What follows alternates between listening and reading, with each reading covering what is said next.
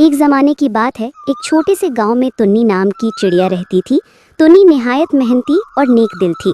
उसका शौहर मियाँ मिट्ठू तोता दिन भर जंगल से अनाज लाता और तुन्नी उसे पीस कर घर के लिए खाना बनाती।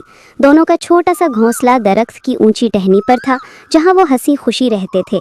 कुछ दिनों बाद मियाँ मिट्ठू ने कहा, तुन्नी, मेरी माँ बहुत अकेली रहती है, क्यों ना उसे अपने साथ ले आए। तुन्नी ने मुस्कुराकर कहा, क्यों नहीं, सास माँ तो अपनी माँ जैसी होती है, ले आओ। यूं जालिम सास यानी चच्ची तोती उनके साथ रहने आ गई। मगर चच्ची तोती को तुन्नी की हंसी पसंद न आई।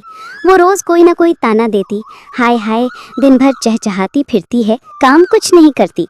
तुन्नी खामोश रहती, मगर उसके दिल में कांटे चुभते। एक दिन चच्ची तोती ने तुन्नी से कहा, जाओ बहू, मेरे लिए जंगल से मोती लाओ, वरना घर में दाखिल ना होना। बेचारी तुन्नी चिड़िया अकेले जंगल में निकल पड़ी। वो दरख्त से दरख्त उड़ती, नदी के किनारे पहुंची तो देखा एक जख्मी हिरनी पानी के पास गिरी हुई है। तुन्नी ने हिरनी के जख्म पर पत्ते रखकर मरहम किया। हिरनी ने शुक्रगुजारी के तौर पर कहा, ए नेक चिड़िया, ये पत्थर ले लो, ये आम नहीं, जब धूप में रखोगी तो मोती बन जाएगा। तुन्नी खुशी खुशी घर लौटी।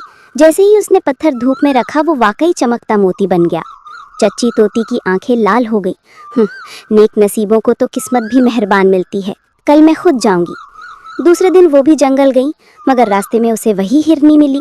हिरनी ने कहा, माँ जी, मेरे जख्म पर जरा पत्ते रख दो। चच्ची तोती गर्राई, मेरे पास वक्त नहीं, मुझे मोती चाहिए। हिरनी चुप रही। चच्ची तोती को एक पत्थर दिया और कहा, यही वो पत्थर है, जाकर धूप में रखना। चच्ची तोती भागी भागी घर पहुंची।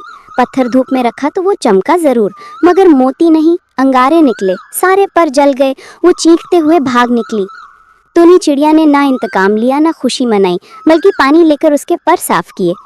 चच्ची तोती शर्मिंदा होकर बोली, बेटी तुन्नी, तुम दिल की सच्ची और नेक हो, मुझे माफ कर दो।